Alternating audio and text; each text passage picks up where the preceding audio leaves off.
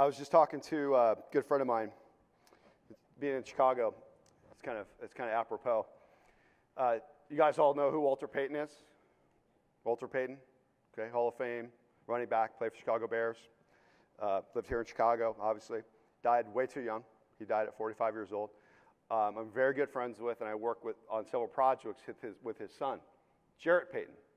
If you remember, for some of those folks who remember sports well, Jarrett gave his dad's Hall of Fame speech when he was a kid. If you haven't seen it, go back and Google it. It's on YouTube. Put you in tears. He was a kid, teenager, giving his dad's Hall of Fame speech. His dad died at 45. Jarrett and I talk a lot about Pops, as he calls him. And we were talking in Scottsdale last year, and I said, just give me something. I mean, you're my buddy, and I love you anyway, but I used to love your father, man. I'm not trying to be enamored by who you are, but I'm telling you, he influenced my life. The way he ran. He didn't give up. I mean, he would always stretch that ball just another yard and a half. He averaged 4.4 yards per carry. 4.4.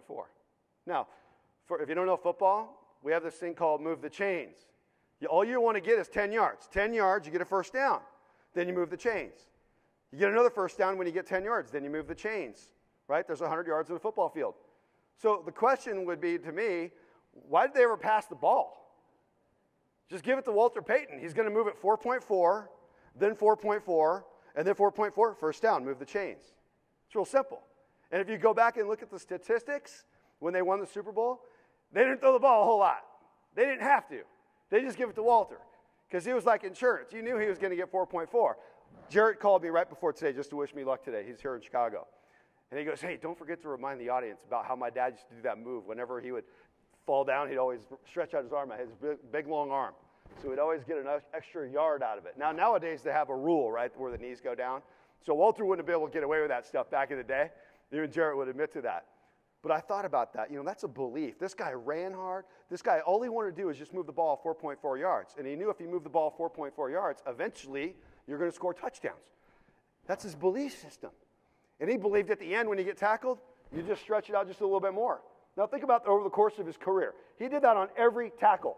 He moved the ball 1 yard every time, just by reaching back over the top of it. Think about that as a metaphor for our lives.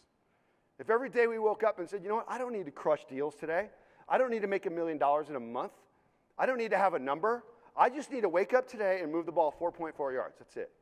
If I do that every day with consistency, I'm going to score touchdowns at the end of the day.